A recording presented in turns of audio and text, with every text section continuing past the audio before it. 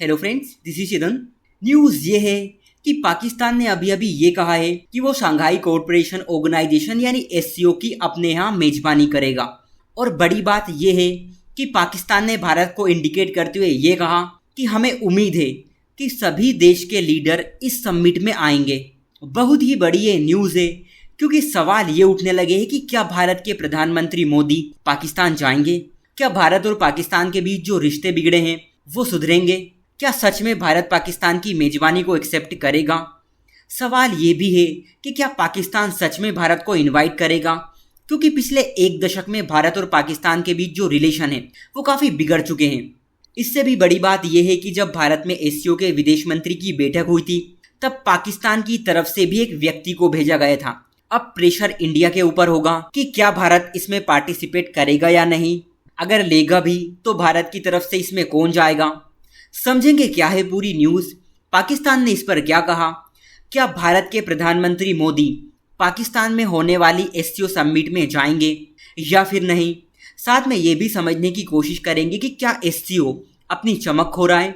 बहुत कुछ डिस्कस करेंगे, लेकिन इससे पहले आपके लिए इंपॉर्टेंट बात है, आप हमारे व्हाट्सएप चैनल से जुड़ सकते हैं जहां पर आपको वीडियो की सारी लेटेस्ट अपडेट मिल जाया करती है। और अगर आप में से कोई सिविल सर्विसेज की तैयारी कर रहे हैं तो वहां पर current affairs based mind map provide किए जाते हैं। इसी के साथ आप हमारे टेलीग्राम चैनल से भी जुड़ सकते हैं जहां पर यूपीएससी के free guidance audio lecture provide किए जाते हैं जो आपको मेंस और इंटरव्यू में काफ़ी एज देंगे।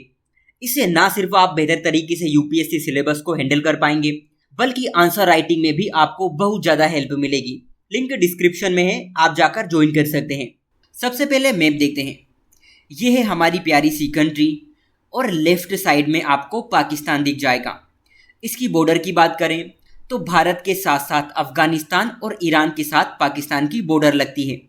कहानी कुछ ऐसी है कि रिसेंटली पाकिस्तान के विदेश मंत्रालय की तरफ से ये कहा गया कि पाकिस्तान एससीओ की समिट को होस्ट करेगा और ये समिट अक्टूबर में होगी। आप ये देख सकते हैं। फ्रेंड्स, भारत और पाकिस्तान दोनों एससीओ के मेंबर्स कंट्री हैं। एससीओ को 2001 में फॉर्म किया गया था, यानी 2001 में इसे स्थापित किया गया था। फिलहाल इसके 10 मेंबर हैं। बेलारूस इसी साल इसमें शामिल हुआ।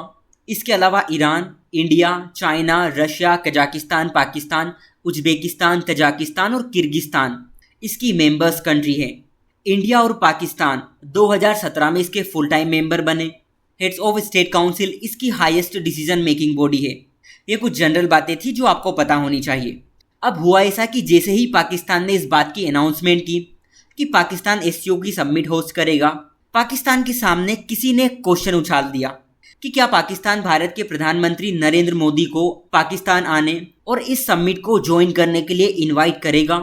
इनके विदेशी विभाग की तरफ से कहा गया कि अध्यक्षता पाकिस्तान के पास है और इसलिए अध्यक्ष के रूप में हम एससीओ के सभी मेंबर्स कंट्री के जो हेड्स हैं, जो शासन अध्यक्ष हैं, उनको इनवाइट करेंगे।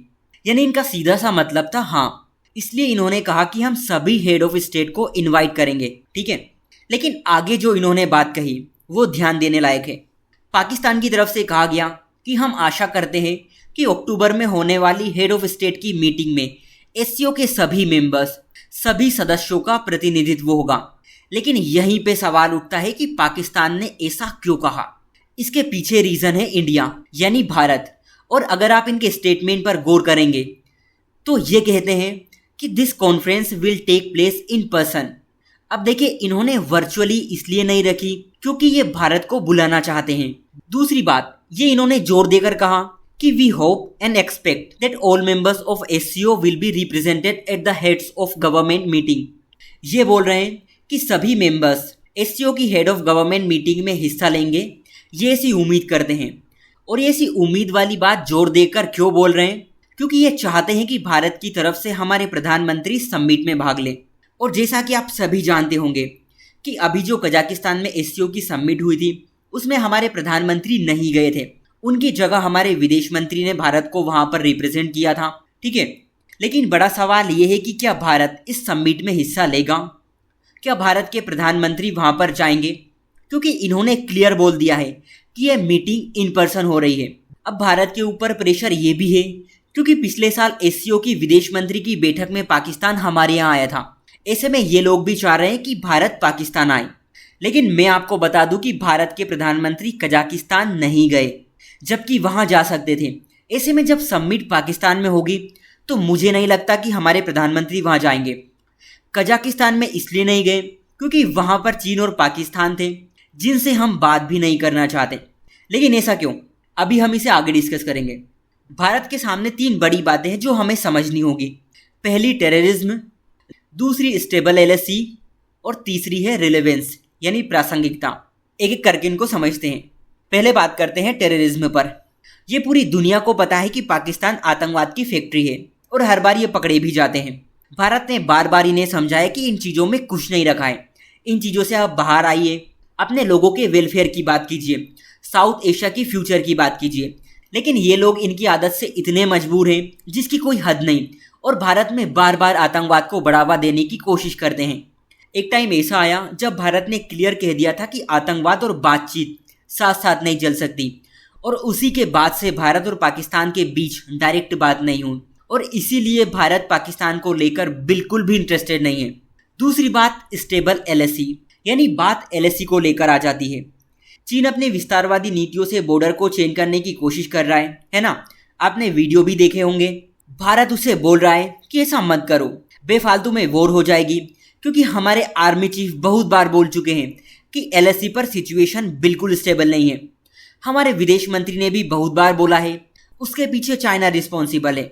देखिए, एक तरफ तो ये देश ऐसी हरकतें करते हैं और दूसरी तरफ ये लोग बातचीत करने का ढोंग करते हैं। आप खुद ही सोचिए कि ये लोग चाहते ही नहीं है कि चीज सुधरे, तो फिर कोई सी भी कंट्री हो उसे लगता है कि टाइम वेस्ट हो रहा है। इसलिए हमारे प्रधानमंत्री एससीओ की मीटिंग में नहीं गए। यही रीजन है कि भारत में विदेश मंत्री की बैठक के बाद जो हेड ऑफ स्टेट की मीटिंग हुई थी एससीओ के लिए, उसे वर्चुअली रखा गया। यही रीजन है कि पाकिस्तान और चाइना की वजह से एससीओ की प्रासंगिकता ज़्यादा नहीं रही, क्योंकि ना तो भारत और पाकिस्तान के बीच अच्छे रिश्ते बचे हुए हैं और ना ही भारत और चीन के बीच। ये जो एससीओ संगठन है वो आतंकवाद के खिलाफ लड़ने की बात तो करता है, वो संप्रभुता की रिस्पेक्ट करने की बात तो करता है, लेकिन प्रैक्टिस में कुछ नहीं है, रियलिटी में कुछ नहीं है, और भारत इन चीज़ों से तो कॉम्प्रोमाइज़ नहीं करेगा। आपके मन में ये सवाल उठ रहा होगा कि पाकिस्तान चाहता तो वर्चुअली भी इस समिट को रख सकता था, वो भारत को बुलाना क्यों चाहता है? देखिए, जो पाकिस्तान है ना, उसे अब भारत की बहुत ही ज़्यादा ज़रूरत है, क्योंकि चीन का कर्ज बहुत ज़्यादा बढ़ चुका है। और अभी कुछ महीने पहले पाकिस्तान के लोगों ने चीनी प्रोजेक्ट को लेकर बहुत विरोध किया था, वहाँ पर हिंसा भी देखने को मिली थी। चीन ने साफ मना कर दिया कि हम पाकिस्तान में तब तक प्रोजेक्ट नहीं आगे बढ़ाएंगे जब तक इनके यहाँ शांति नहीं हो जाती। आसान शब्दों में कहे तो पाकिस्तान जिस चीन के दम पर इतना उछल रहा था, उसी ने उसे झटका दे दिया। अब ले दे के उसके सामने भारत से रिश्ते ठीक करने के अलावा कोई रास्ता नहीं है। इसलिए ये सब चीज़ें हमें देखने को मिल रही है। और इसके अलावा ये भी है कि भारत एससीओ को लेकर अब उतना सीरियस ज़्यादा नहीं दिखाई दे रहा। इसके पीछे रीज़न ये है कि ये जो ग्रुप है ना, वो प्रो रशिया और प्रो चाइना बनता जा रहा है। इतना ही नहीं, ये ग्रुप एंटी वेस्ट भी होने लगा है, जो कि सीधे सीधे भारत के हितों के खिलाफ है। तो ये सब इसके पीछे की कुछ कहानियां हैं। फिलहाल भारत की तरफ से तो अभी आधिकारिक तौर पर इस पर कुछ नहीं कहा गया, लेकिन देखना दिलचस्प होगा कि आगे क्या होता है। सो आज के लिए इतना ही। Thank you.